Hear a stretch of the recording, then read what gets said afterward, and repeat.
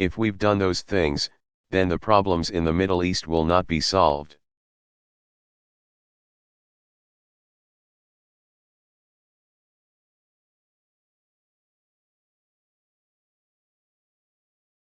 And ultimately, it's not the job of the President of the United States to solve every problem in the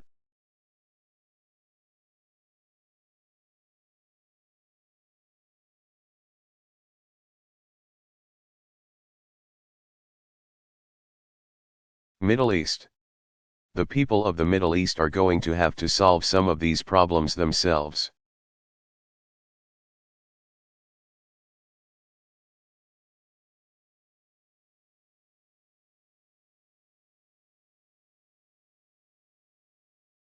But I think we can provide that next president at least.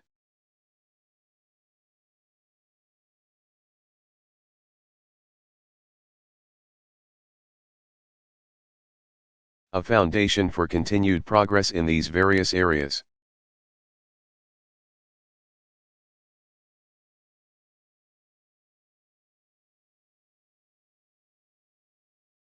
The last thing I would say, and this is a longer-term issue, is we have to address the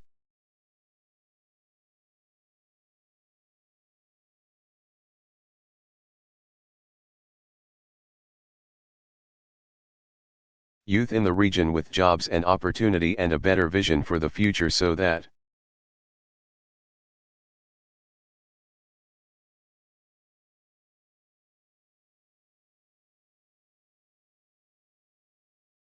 they are not tempted by the nihilistic, violent dead end that organizations like ISIL offer.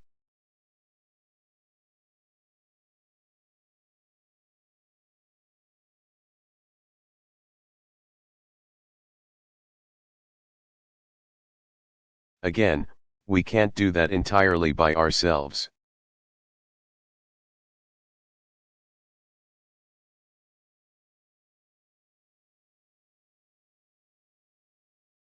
But we can partner with well-intentioned organizations, states, NGOs, religious leaders in the region.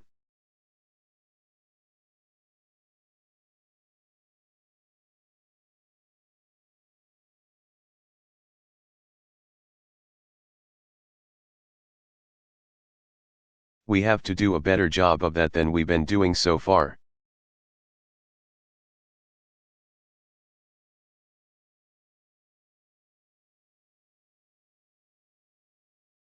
Michael Crowley.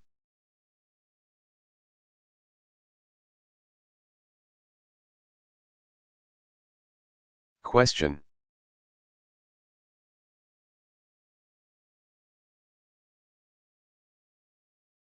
And what about the fight against ISIS?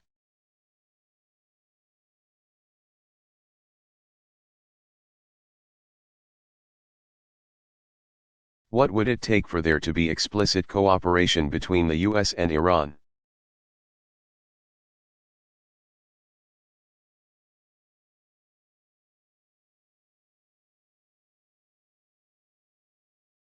President Obama, I do agree that we're not going to solve the problems in Syria.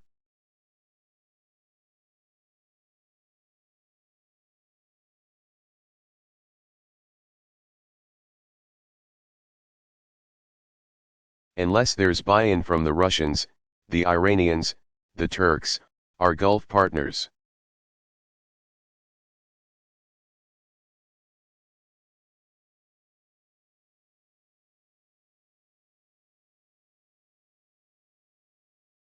It's too chaotic.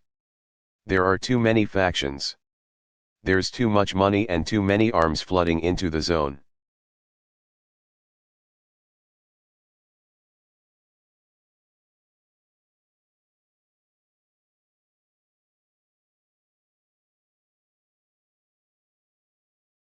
It's gotten caught up in both sectarian conflict and geopolitical jockeying.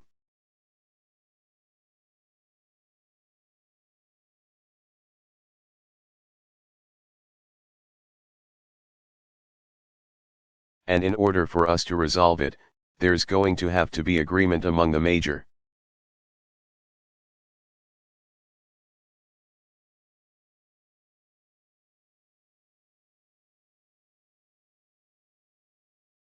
Powers that are interested in Syria that this is not going to be won on the battlefield.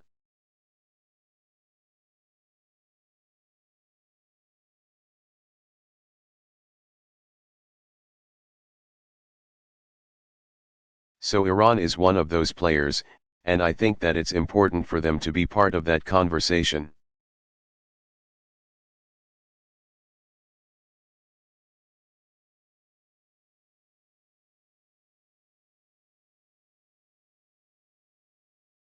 I want to repeat what I said earlier.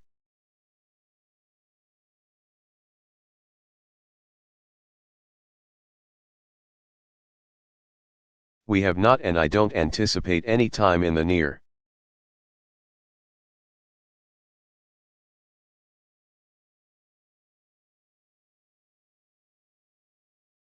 future restored normal diplomatic relations with Iran.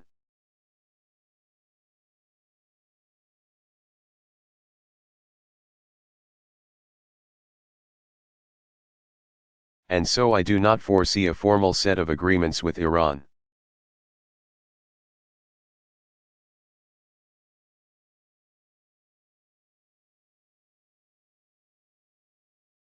In terms of how we're conducting our counter-ISIL campaign.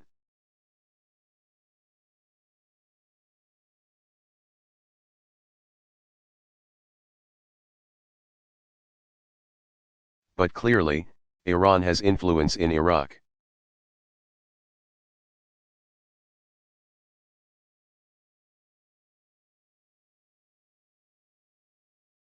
Iraq has a majority Shia population.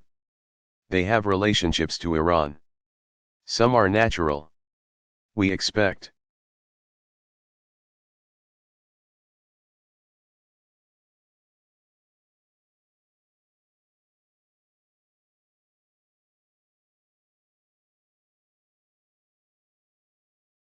Somebody like Prime Minister Abadi to meet with and negotiate and work with Iran as its neighbor.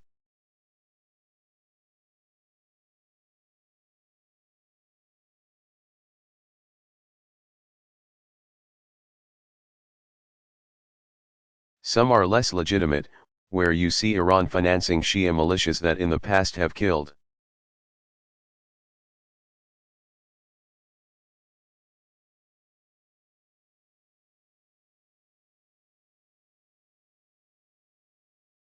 American soldiers and in the future may carry out atrocities when they move into Sunni areas.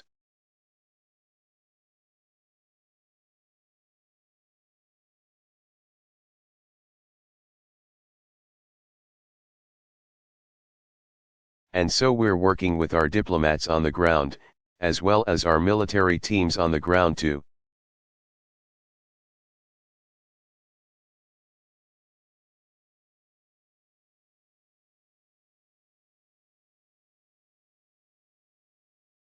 Asses, where can we appropriately at least deconflict, and where can we work with Prime Minister?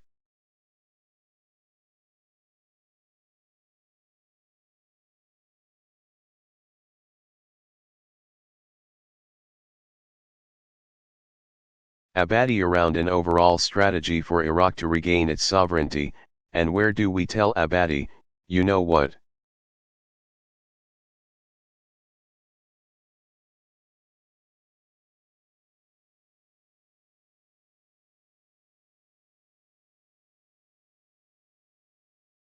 What Iran is doing there is a problem, and we can't cooperate in that area, for example.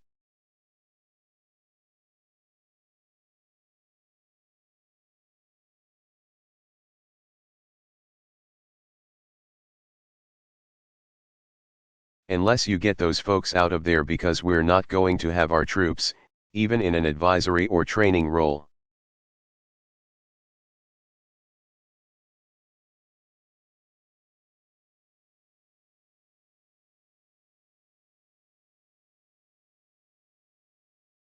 Looking over their shoulders because they're not sure of what might happen to them.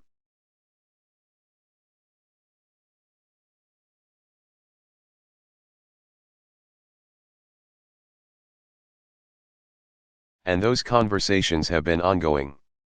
I think they will continue.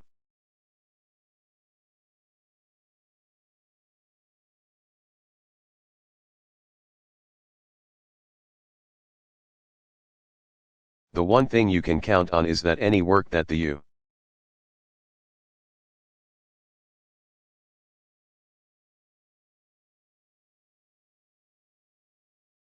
U.S. government does, or the U.S. military does in Iraq with other partners on the ground is premised on the idea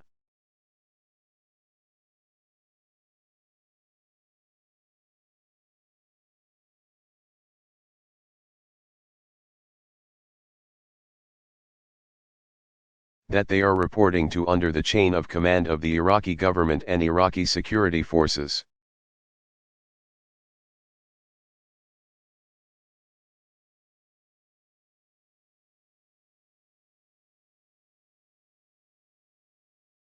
If we don't have confidence that ultimately Abadi is directing those soldiers,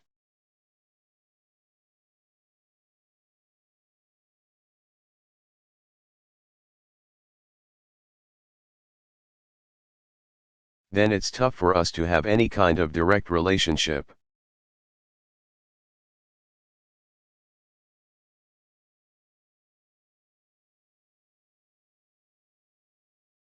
Major Garrett.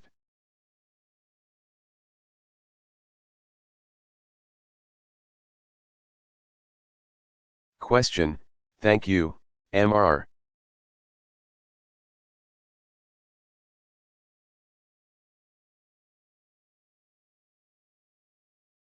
President. As you well know, there are 4 Americans in Iran, 3 held on trumped-up charges.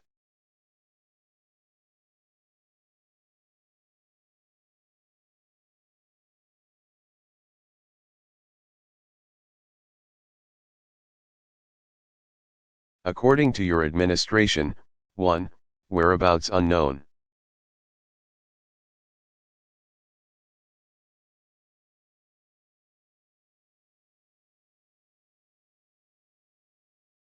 Can you tell the country, sir, why you are content, with all the fanfare around this deal?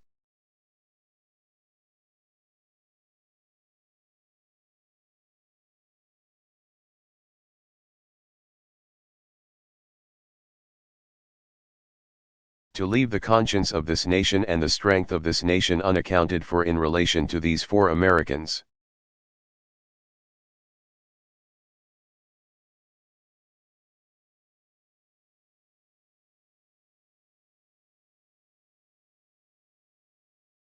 And last week, the chairman of the Joint Chiefs of Staff said,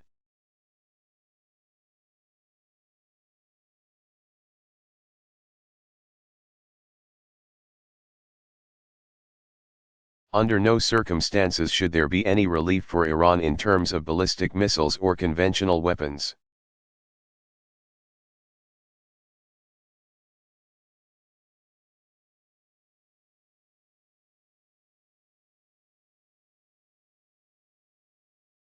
It is perceived that that was a last-minute capitulation in these negotiations.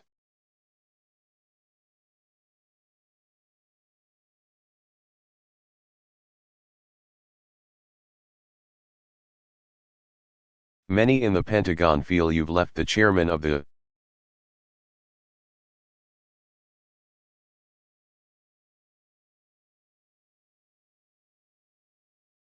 Joint Chiefs of Staff hung out to dry.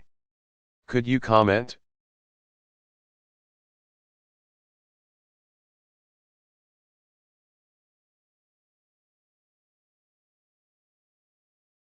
President Obama, I got to give you credit, Major, for how you craft those questions.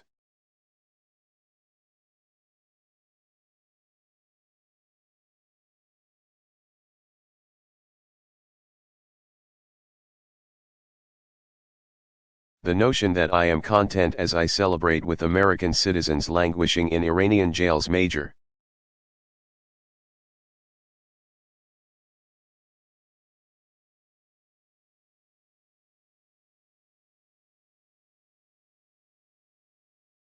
That's nonsense, and you should know better.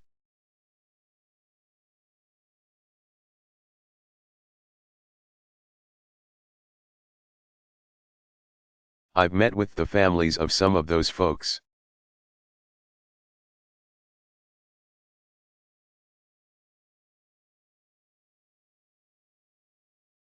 Nobody is content. And our diplomats and our teams are working diligently to try to get them out.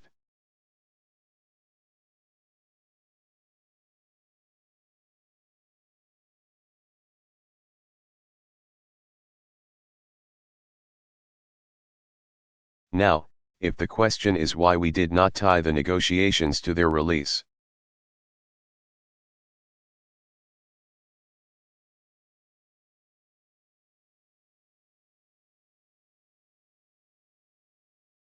Think about the logic that creates.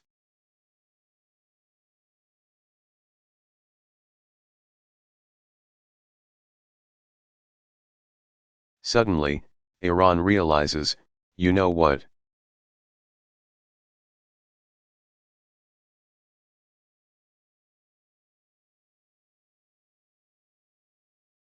Maybe we can get additional concessions out of the Americans by holding these individuals.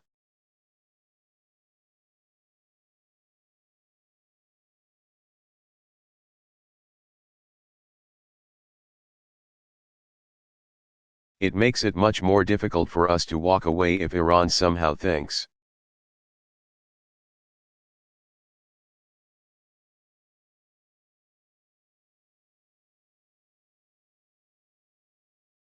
that a nuclear deal is dependent in some fashion on the nuclear deal.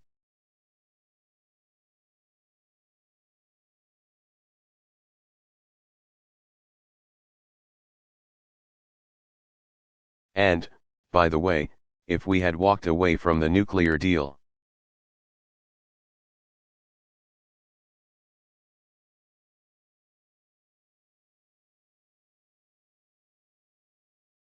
we'd still be pushing them just as hard to get these folks out.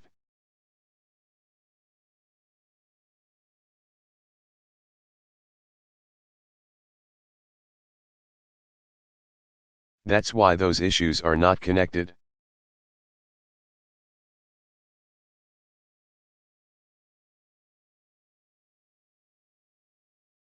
But we are working every single day to try to get them out.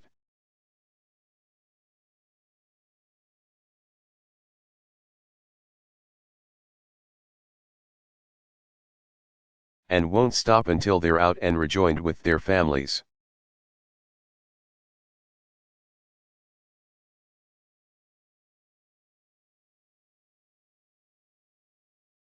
With respect to the chairman's testimony, to some degree I already answered this with Carol.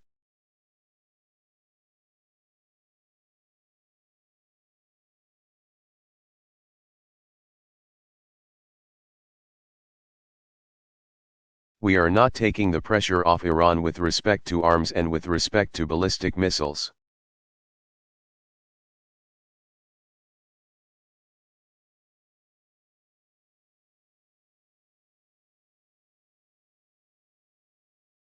As I just explained, not only do we keep in place for 5 years the arms embargo under this particular new UN resolution,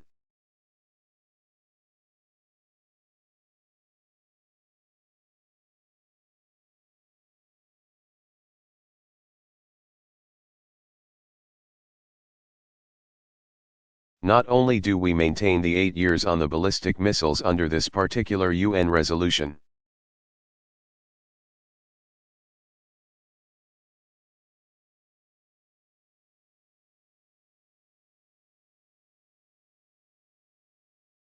but we have a host of other multilateral and unilateral authorities that allow us to take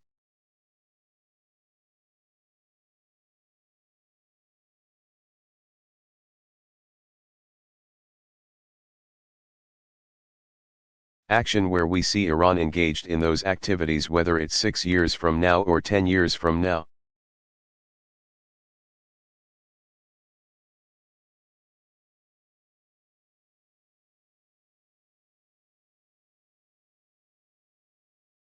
So we have not lost those legal authorities.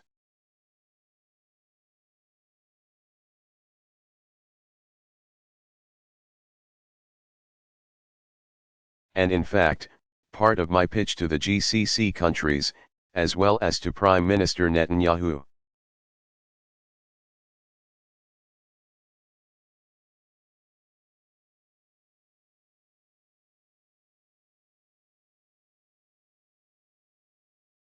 is we should do a better job making sure that Iran is not engaged in sending arms to organizations like Hezbollah.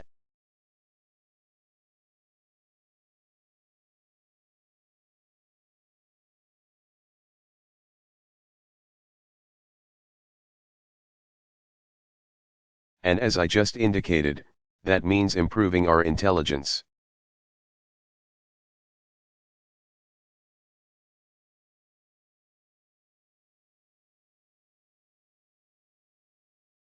Capacity and our interdiction capacity with our partners.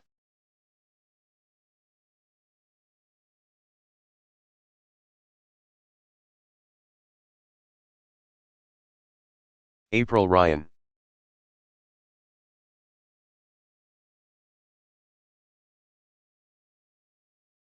Question, thank you, Mr.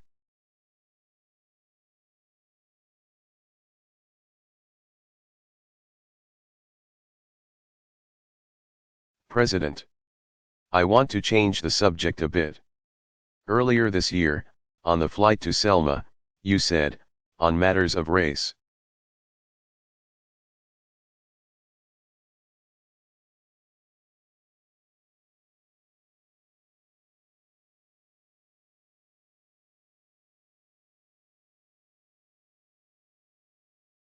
As president, your job is to close the remaining gaps that are left in state and federal government.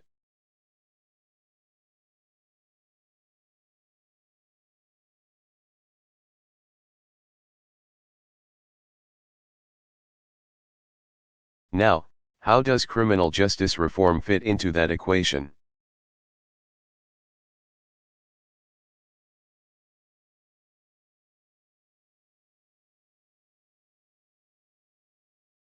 And what gaps remain for you towards the end of your presidency?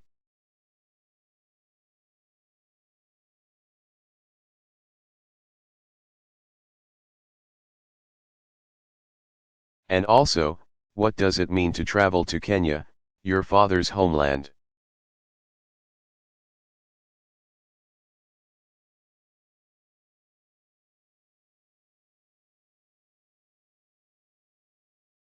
In the next couple of weeks as President to the United States?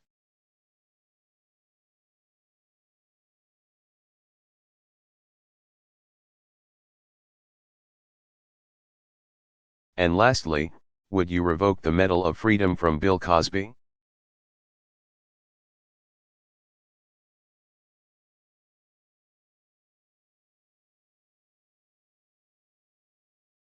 President Obama, you stuffed a lot in there, April.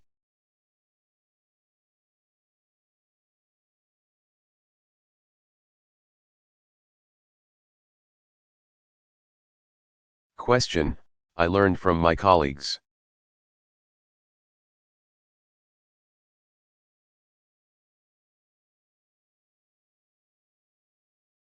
President Obama, say, who did you learn from?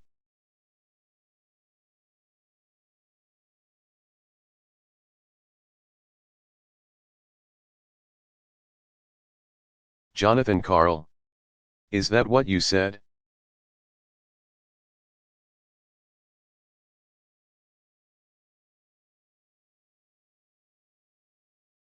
Question.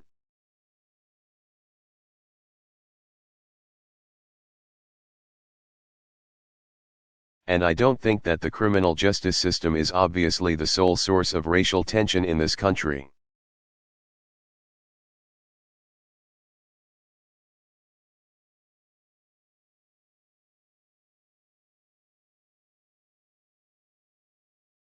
Or the key institution to resolving the opportunity gap.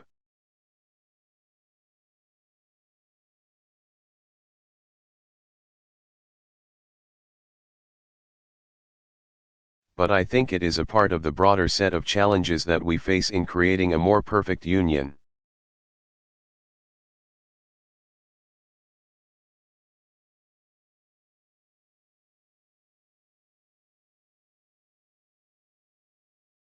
And the good news is that this is one of those rare issues where we've got some Republican and Democratic interest.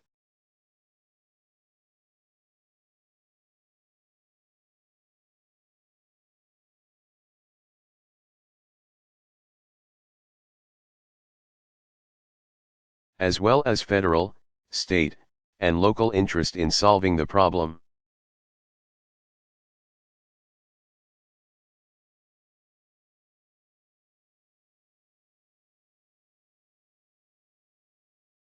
I think people recognize that there are violent criminals out there and they've got to be locked up.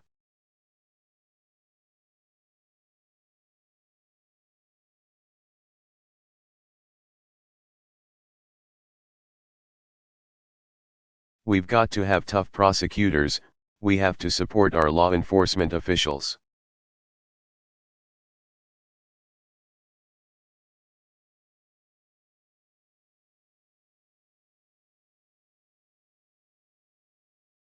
Police are in a tough job and they are helping to keep us safe, and we are grateful and thankful to them.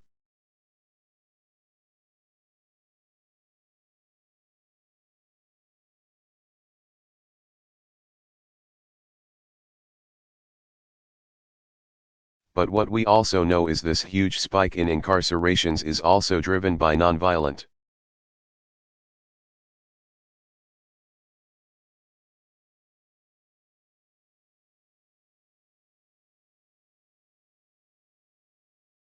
Drug offenses where the sentencing is completely out of proportion with the crime.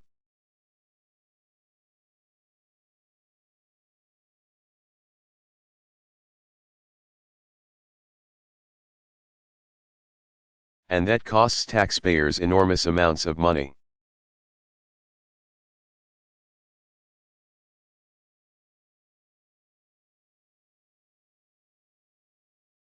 It is debilitating communities who are seeing huge proportions of the young men in there.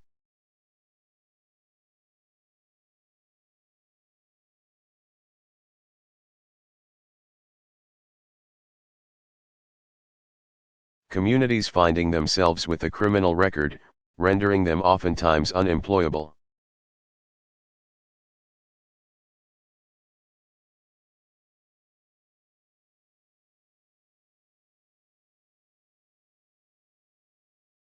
So it compounds problems that these communities already have.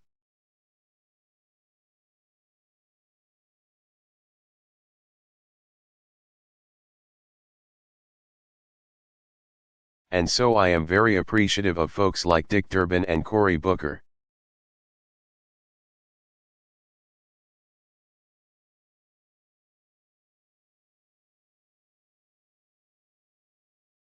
Alongside Mike Lee and Rand Paul and other folks in the House who are working together to see if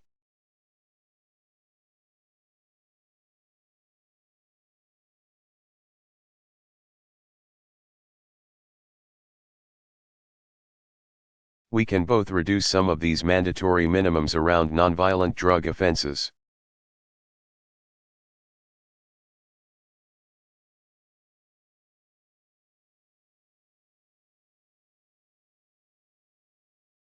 Because again, I tend not to have a lot of sympathy when it comes to violent crime.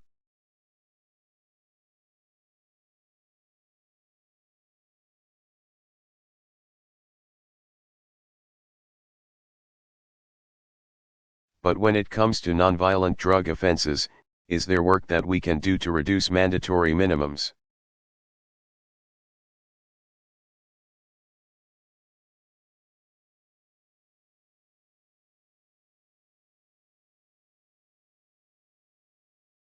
Create more diversion programs like drug courts?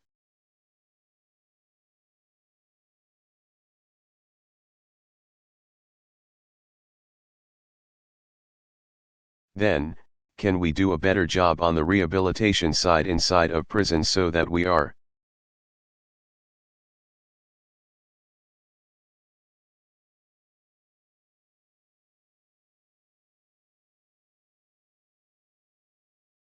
preparing these folks who are eventually going to be released to re-enter the workforce?